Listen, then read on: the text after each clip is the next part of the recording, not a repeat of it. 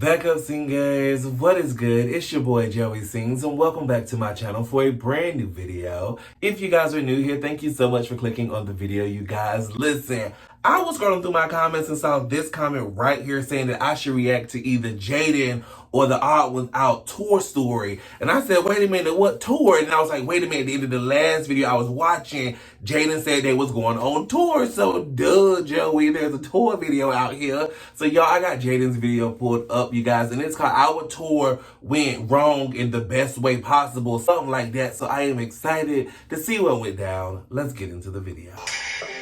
No more hiding, no more lying.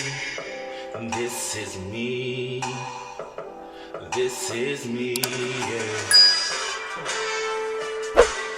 Alrighty, you guys, I got the video pulled up, and y'all know I'm excited to get into it. So let's get into it. As some of you might know, James, Dom, Ross, Aaron, and I went on a tour back in October doing a show called Scribble Showdown. It was the first tour we've all been on, besides Aaron, because he didn't wait for us. The shows were all super fun, and we all enjoyed touring with each other a lot, and honestly, it was the most entertaining thing I've done in a while. But this video isn't about the shows. It's about the in-betweens. We had to perform in Boston, Brooklyn, Austin, San Francisco, Medford, Seattle, and Portland, all within 11 days.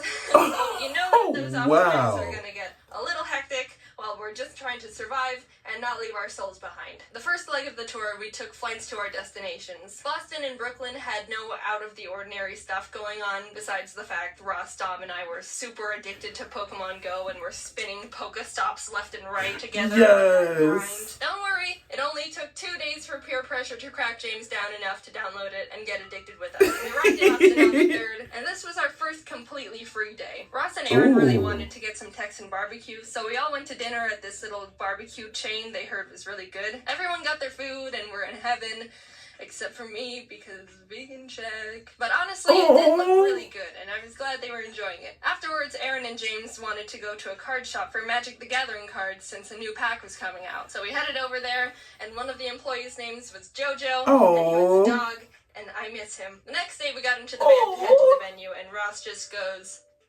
"So, did anyone else have a rough night last night?" Turns out Ross, Dom, and Aaron all got food poisoning from their barbecue. James and I were safe because I didn't eat any. No! I don't know, I guess James is a weird. The next free day we had was in San Francisco. We were a good 5 days into traveling, and some of us were running out of clean clothes to wear. So instead of finding a laundromat, we headed over to a Target nearby to just buy new ones. After shopping a bit, we noticed there was a huge arcade right next door, so of course, we went in. Aaron and Dom played some DDR, but what caught Ross and James's eyes was this big elaborate VR setup where the players are strapped into these adult baby walker looking things. I mean, anyone with eyes could tell this thing was jank as hell, but that just made it more essential to play. Ross asked the guy at the stand if they could play, which the guy said they needed arcade cards to scan, so they went and did that, and when they came back, the guy was finishing up working at the bumper car booth, looked over at us,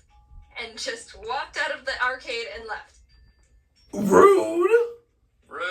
We got another person over, and Ross and James got set up, and I think this video explains the whole thing.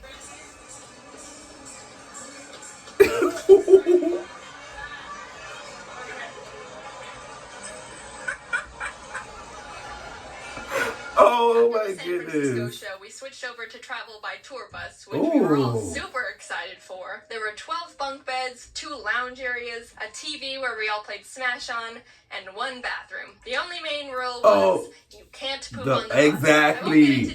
Exactly. That is the rule on the bus, baby. Do not go number 2. Hold your poo until we stop, boo. Period, because that is nasty, y'all. I rode the city, not the city bus, it was the Greyhound. And oh my goodness, somebody was like, my son just couldn't eat.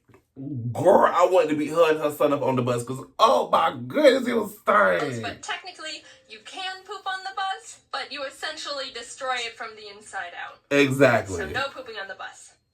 This is the pinnacle of luxury. Given that information, we all got mild poop anxiety. As soon as you're told you can't poop within a certain window of time, it becomes your body's personal goal to aim for those hours and those hours only. Luckily, James, Dom, Aaron, and I were okay, But it hit Ross hard. Maybe it was the fact he got the worst case of food poisoning out of all of us, but he couldn't poop. Oh no!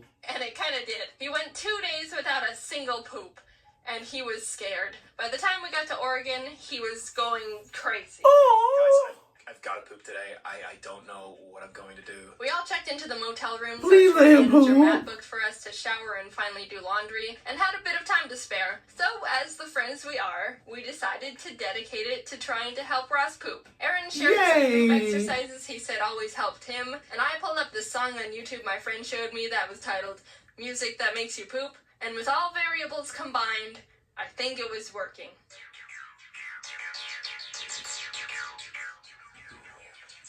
Ross is really trying to poop right now. You can't poop on the bus, dude. You gotta get it out. He gotta get it out, Fred. Yes. You can't handle the poop. You can only do urine, so you gotta poop before the bus takes off. So the bus takes off, you gotta wait for the next stop. So I don't wait up in the middle of the night and have to shit the bag and throw it out the window. Please though.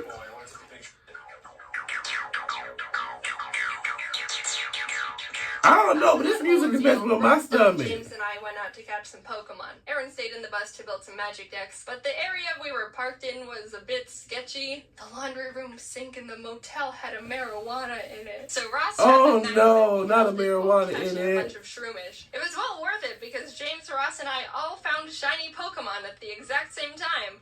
By the time we got back, James and Aaron were really hungry. Ross, Dom, and I got Taco Bell, but we also all had that this morning, so James wanted to try and find something else to have. He said another Taco Bell. So he and Aaron went out to get Taco Bell, but by the time they walked over to it, only the drive-thru was open. They tried to just walk up to the window, but to no avail.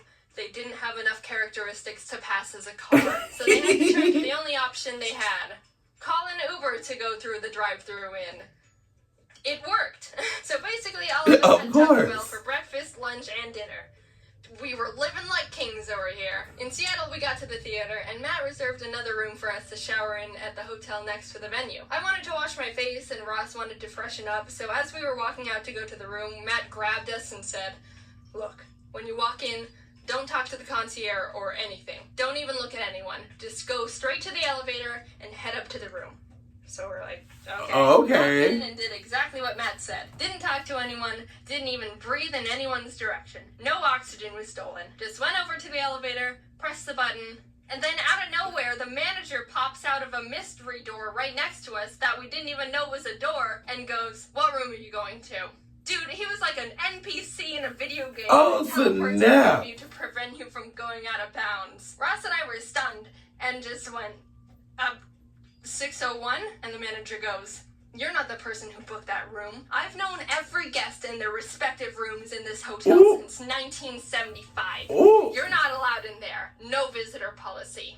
What kind of hotel has a no visitor policy? That's the question. Visitors is their business.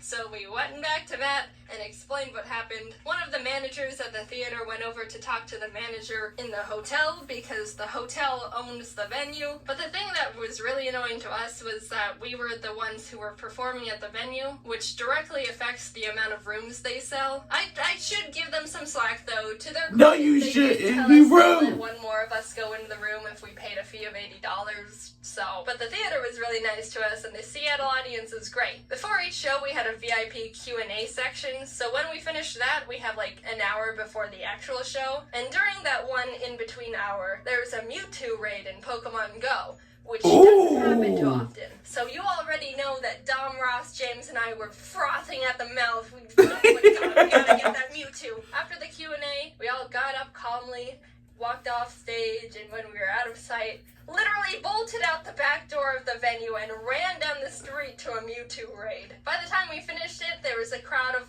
like 30 people also catching Mewtwo. Not people who watch our videos, just normal people who all just wanted a taste of the neutron style. Oh, wow. And actually had time to get another before the show starts. So there was a march of 30 people just playing Pokemon Go. That is incredible. And it was the most beautiful thing I've ever been a part of. Sounds also, James got a amazing. shiny 3-star totally all by himself. Ross definitely didn't need to help him. And made us all jealous. The The tour was so fun. I couldn't have chosen a better group I of love friends to travel it. and do a show with. The team that helped us was amazing, and the shows were so fun to perform. Every city had an amazing audience, especially the ones where I won, and it was a really surreal experience. I really want to thank you for helping me get to this point. Oh, I love can't believe I get this. to do this crazy, awesome stuff for a living.